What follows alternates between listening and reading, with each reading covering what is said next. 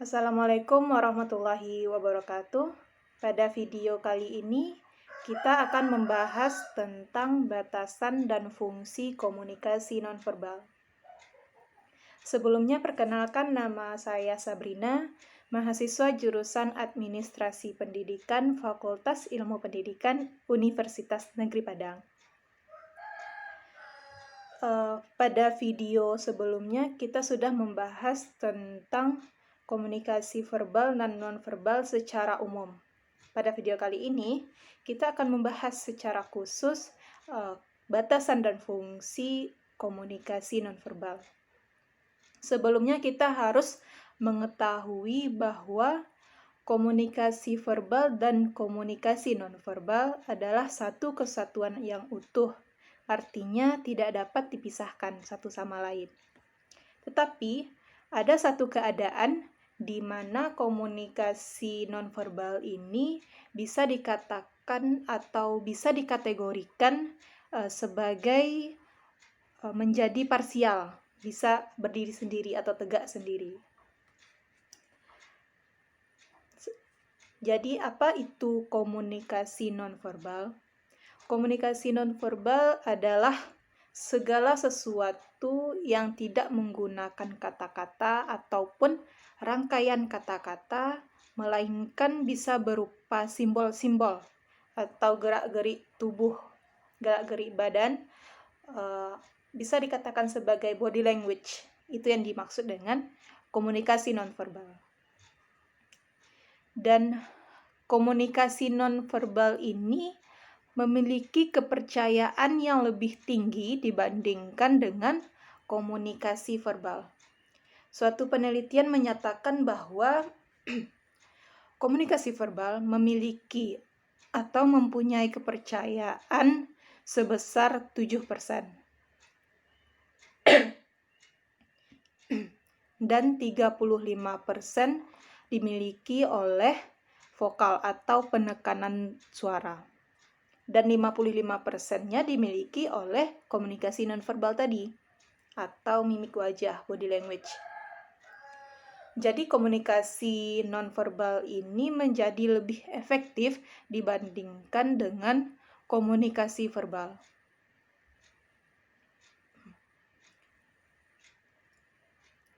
Komunikasi nonverbal berarti memahami apa yang dirasakan secara nyata oleh orang lain. Karena komunikasi nonverbal ini, karena pada dasarnya komunikasi nonverbal ini dilakukan secara tidak sadar atau secara spontan pada saat kita melakukan sebuah komunikasi. Maka dari itu, komunikasi nonverbal memiliki kepercayaan yang lebih tinggi dibandingkan dengan komunikasi verbal.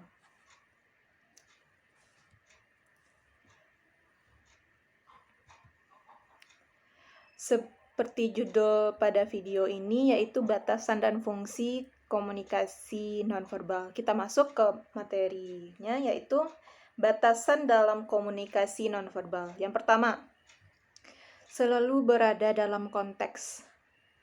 Artinya, komunikasi nonverbal ini mengikuti alur cerita alur yang disampaikan dari komunikasi verbal. Seperti seorang komunikator mengatakan bahwa besar, maka refleks atau secara spontan komunikasi verbal mengikuti apa yang dikatakan. Besar, maka besar, ataupun kecil, panjang dan pendek, maka selalu berada dalam konteks, tidak, ataupun bisa jadi senang, sedih, itu bisa seseorang merasakan sedih itu, maka raut wajahnya akan terlihat seperti benar-benar merasa sedang sedih. Dan yang kedua ada perilaku nonverbal adalah perilaku normal. Dan itu normal terjadi dalam sebuah komunikasi. Gerakan nonverbal ini selalu ada dalam sebuah komunikasi, baik itu disengaja maupun tidak. Dan yang ketiga yaitu tindakan nonverbal saling berintegrasi, saling mengisi. Rasa marah diikuti, contohnya saja rasa marah diikuti dengan tutur kata yang kasar gitu. Jadi saling mengisi gitu. Dia dalam keadaan marah maka diikuti dengan tutur kata yang kasar ataupun tatapan mata yang tajam. Itu bisa jadi dikategorikan sebagai komunikasi nonverbal. Dan yang keempat batasannya yaitu komunikasi pesan, komunikasi nonverbal bermakna rangkap. Jadi maksudnya yaitu komunikasi nonverbal ini memiliki banyak makna dalam satu tindakan. Dalam satu tindakan misalnya kita sedang tertawa, terbahak-bahak, itu bisa menandakan bahwa orang itu senang. Bisa jadi orang itu menutupi rasa sedihnya dengan tertawa terbahak-bahak. Itu banyak makna yang bermunculan dalam komunikasi nonverbal ini. Dan yang kelima yaitu perilaku nonverbal selalu dikomunikasikan. Artinya bisa diterima oleh pendengarnya dan diinterpretasikan. Selanjutnya, komunikasi nonverbal berada dalam satu aturan, tergantung pada nilai dan norma masyarakat. Dan batasan yang ketujuh yaitu komunikasi nonverbal sangat menentukan pasti karena alat ukur suatu kebenaran itu ada di komunikasi nonverbal. Seperti kita ketahui bahwa komunikasi nonverbal ini yaitu tindakan secara langsung, tindakan secara spontan yang dimunculkan oleh seorang komunikator. Dan yang selanjutnya yaitu perilaku nonverbal sangat terpercaya dan dapat dipercaya oleh pendengarnya. Dapat dipercaya tentu memiliki alasan. Yang pertama yaitu pesan verbal lebih mudah dimanipulasi daripada pesan nonverbal. Karena pesan nonverbal ini tindakan secara spontan. Jadi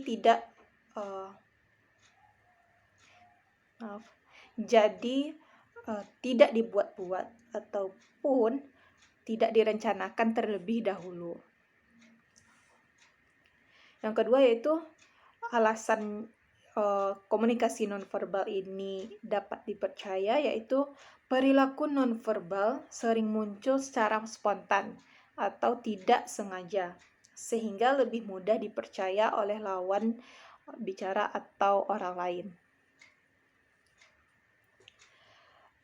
Itulah 8 batasan-batasan dalam komunikasi nonverbal.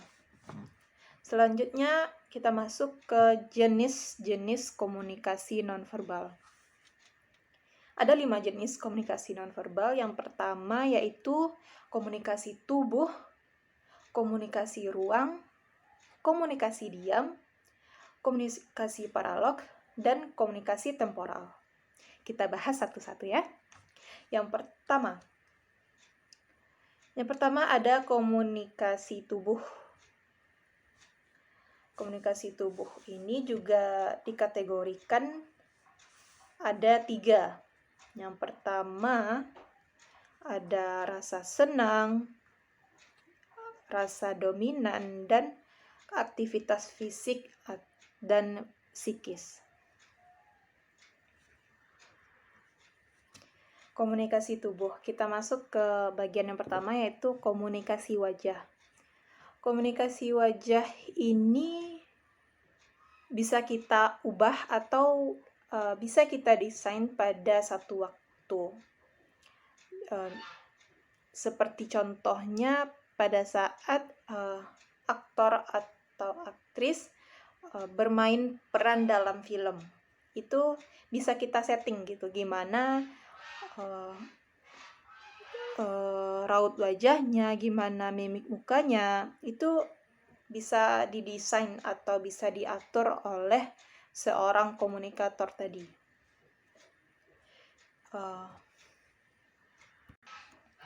Dan komunikasi wajah ini bisa terjadi karena pengaruh konteks universal. Dan komunikasi wajah ini yaitu secara universal. Selanjutnya, komunikasi wajah ini adalah ekspresi sesaat.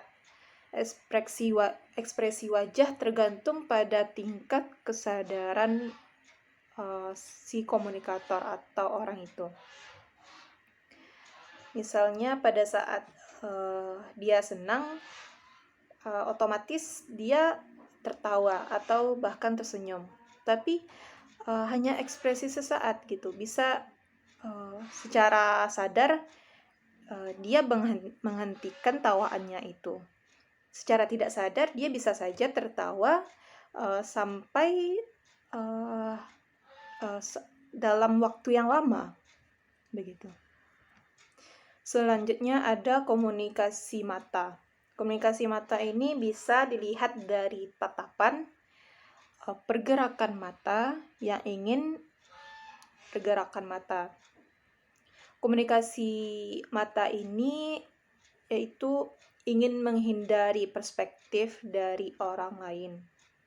Misalkan seseorang lagi marah, maka tatapan matanya itu sangat tajam, menandakan bahwa seseorang itu sedang marah ataupun kesal. Dan selanjutnya ada bahasa sentuhan. Ini terjadi pada pasangan kita atau orang-orang terdekat dari si komunikator. Bahasa sentuhan ini memberikan imajinasi yang luar biasa kepada lawan bicaranya. Kita masuk ke jenis komunikasi nonverbal yang kedua, yaitu komunikasi ruang. Komunikasi ruang ini berkaitan dengan jarak teritorial.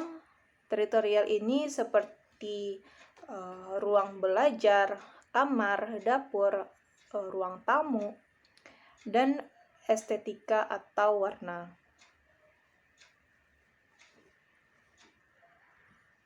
Ada juga bagian-bagian jarak dalam komunikasi ruang. Yang pertama yaitu jarak intim. Jarak intim ini pada saat kita melakukan sebuah komunikasi, kita bisa melakukan fase sentuhan, bisa menyentuh si lawan bicara atau orang lain. Maksimal jaraknya itu maksimal 45 cm. Itu menandakan bahwa seseorang orang yang melakukan komunikasi memiliki hubungan yang dekat dengan si lawan bicara. Dan selanjutnya ada jarak personal. Jarak personal ini adalah jarak yang umum yang digunakan dalam berkomunikasi. Jarak personal ini tidak bisa melakukan fase sentuhan. Jarak maksimal jaraknya yaitu 75 cm sampai 1 meter. Artinya satu dengan yang lain itu tidak bisa melakukan sentuhan dalam berkomunikasi. Dan selanjutnya ada jarak sosial. Jarak sosial ini maksimalnya bisa lebih dari 1 meter ataupun bisa sampai 2 meter. Ini menandakan bahwa orang tersebut tidak memiliki atau sekedar tidak terlalu akrab atau sekedar tahu dengan orang itu. Berikutnya ada jarak sosial interpersonal. Jarak ini semakin jauh lagi, bisa dikatakan maksimalnya ada 5 meter, 4 meter gitu. Tentu saja itu tidak bisa melakukan fase sentuhan dalam berkomunikasi. Dan berikutnya ada jarak publik. Ini bisa dikatakan dalam sebuah ruangan kita menjadi sebuah komunikator, dan ruangan yang besar dalam khalayak ramai itu yang dikatakan dengan jarak publik tadi. Dan tentu saja ini pun tidak bisa melakukan fase sentuhan dalam komunikasinya. Hubungan jarak ini mengidentifikasikan hubungan kedekatan emosional antara komunikator dengan komunikan. Seperti contohnya jarak intim. Jarak intim bisa dilakukan oleh seorang anak dengan ibunya. Jadi ada hubungan kedekatan emosional antara dua orang atau lebih dalam melakukan sebuah komunikasi. Kita masuk ke jenis komunikasi nonverbal yang selanjutnya, yaitu kita masuk ke komunikasi diam. Pada dasarnya diam juga termasuk ke dalam sebuah komunikasi. Diam bisa menginformasikan kepada orang lain bahwa kita sedang memberikan kesempatan otak kita untuk berpikir. Misalnya saja dalam sebuah presentasi di kelas, kita melakukan sebuah presentasi dan guru menanyakan sebuah materi yang kita ragu atau sebetulnya kita belum mengetahui jawabannya. Maka kita hanya diam, dan disitulah otak kita berpikir. Dalam diam itu otak kita berpikir, memberikan yang jawaban sepatutnya dikeluarkan dari kita. Jadi diam ini menginformasikan bahwa otak kita berpikir, memberi kesempatan otak kita untuk berpikir. Diam juga bisa berfungsi menyakitkan. Seperti contohnya kita dalam berkomunikasi, si komunikator menyampaikan pesannya atau informasinya, kita sebagai komunikan itu hanya diam. Maka si komunikator ini merasa bahwa kita tidak menghargainya sebagai pemberi informasi atau pesan, karena kita hanya diam. Dan selanjutnya, diam juga bisa mengisolasi diri sendiri, atau bisa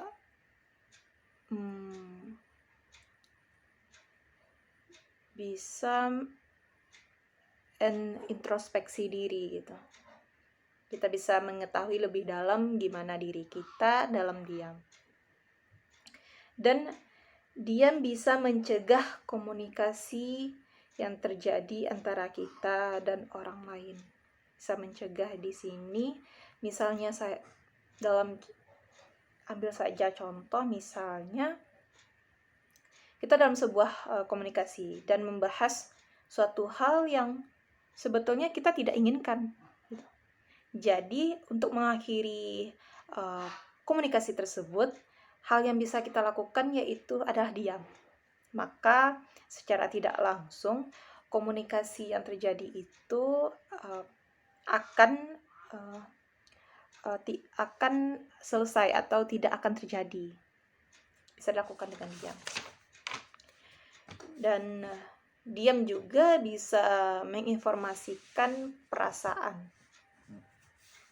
Bagaimana hal itu bisa terjadi? Diam bisa mengkomunikasikan perasaan. Misalnya saja, kita dalam berkomunikasi dan kita sebagai komunikator tiba-tiba melakukan atau diam. Kita diam sebagai komunikator, bisa saja si komunikator itu merasa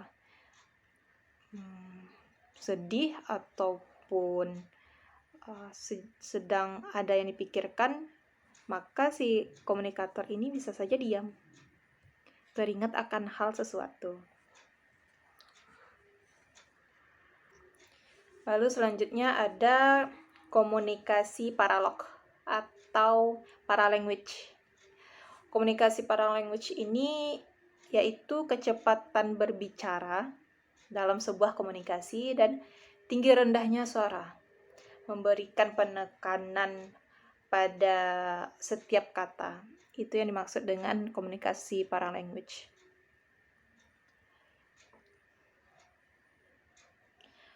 Paralanguage dengan persepsi.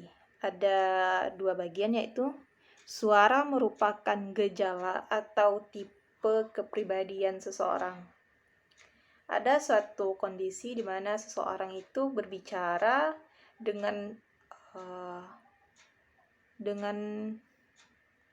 suara atau nada yang tinggi gitu. Pada saat dia tidak marah pun dia bisa saja memiliki atau mengeluarkan suara yang tinggi atau nada suara yang tinggi. Bisa menjadikan itu sebagai melihat atau persepsi kita sebagai kepribadian seseorang. Suara juga mengidentifikasikan sikap emosional seseorang. Seperti yang kita ketahui tadi bahwa pada saat seseorang itu marah, maka suara yang dikeluarkan itu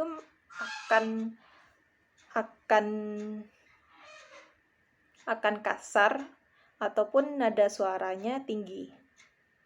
Maka hal itu bisa menunjukkan sikap emosional seseorang dari suara. Ada juga paralanguage dengan percakapan. Suara dalam percakapan dapat menjaga sekaligus dapat mengubah peran. Jenis komunikasi nonverbal yang selanjutnya, yang kelima, yang terakhir, yaitu komunikasi temporal atau komunikasi waktu, penggunaan waktu.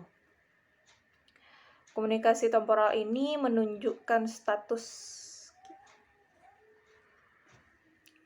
dan komunikasi temporal juga bisa menunjukkan waktu dan kesesuaian. Itulah kelima jenis-jenis komunikasi nonverbal. Kita masuk ke materi selanjutnya, yaitu fungsi komunikasi nonverbal. Ada banyak fungsi komunikasi nonverbal ini, tapi pada kita bahas kali ini ada 6 fungsi. Yang pertama yaitu fungsi repetisi. Fungsi repetisi ini yaitu pengulangan pesan yang disampaikan secara verbal. Pengulangan pesan yang disampaikan secara verbal. Bisa dengan bahasa tubuh, gerak-gerakan tubuh, itu yang dimaksud dengan fungsi repetisi. Contohnya saja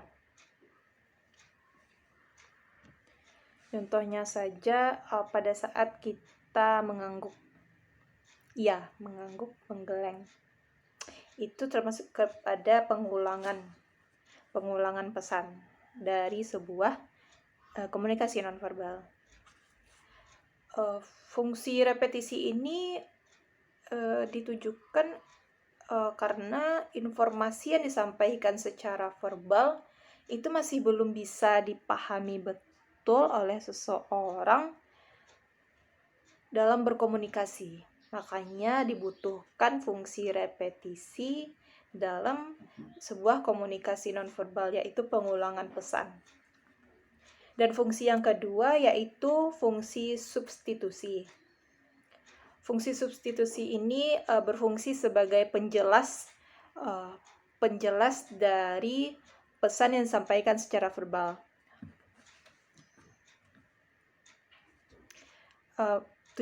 Maksud dari penjelas ini sama seperti fungsi repetisi tadi, yaitu informasi yang disampaikan secara verbal belum dipahami betul oleh seseorang dalam sebuah komunikasi. Makanya dibutuhkan penjelas dalam sebuah komunikasi.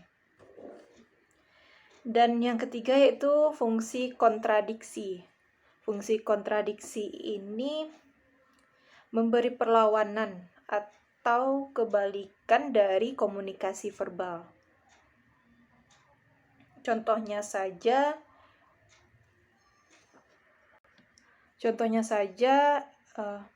kita mengatakan bahwa dia cantik ya, tapi sambil dalam artian memuji tetapi mencibir gitu. Dia cantik ya, dia hebat ya, pintar ya. Jadi hal itu berlawanan dengan apa yang disampaikan secara verbal. Hal ini bisa dijadikan sebagai upaya untuk menjaga kerahasiaan antara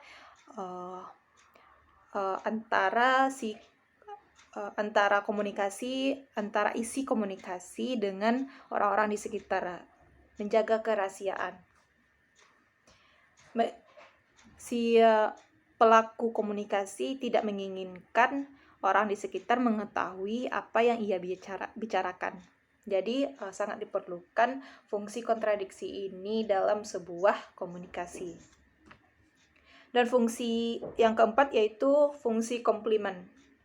Fungsi komplimen ini pelengkap makna dari informasi verbal. Seperti contohnya dalam sebuah komunikasi, secara tidak langsung mimik muka kita akan beriringan dengan apa yang disampaikan secara verbal. Misalnya saja kita dalam mendengarkan seorang komunikator menyampaikan sesuatu, pastilah kalau kita mendengarkan dengan baik, maka secara refleks atau secara spontan itu kita mengerutkan kening atau mata kita mengecil gitu, menandakan bahwa kita mendengarkan apa yang disampaikan oleh si komunikator. Makanya diperlukan fungsi komplimen ini dalam sebuah komunikasi untuk menjadi pelengkap. Dan fungsi yang selanjutnya yaitu fungsi asentuasi. Fungsi asentuasi ini bisa digunakan sebagai penegas dari pesan verbal atau informasi secara verbal. Dan fungsi yang terakhir ada fungsi regulasi. Fungsi regulasi ini dapat melibatkan tubuh, dapat melibatkan isyarat. Dapat melibatkan tubuh di sini misalnya saja kita sedang marah, maka refleks atau secara tidak sadar kita memukul meja. Marah sambil memukul meja. Jadi maka fungsi regulasi ini bisa dikatakan sebagai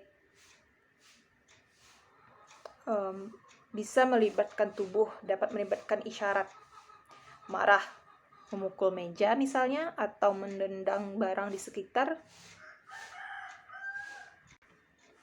Dan itulah keenam fungsi komunikasi nonverbal. Ada banyak sebenarnya fungsi komunikasi nonverbal ini, tetapi pada kesempatan kali ini kita hanya membahas 6. Dan itulah fungsi-fungsi dari komunikasi nonverbal. Dan lengkap sudah materi kita pada video kali ini, ada batasan dan fungsi komunikasi nonverbal.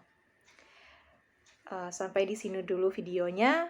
Saya akhiri. Kalau ada salah mohon dimaafkan. Wabillahi taufiq wal hidayah. Wassalamualaikum warahmatullahi wabarakatuh.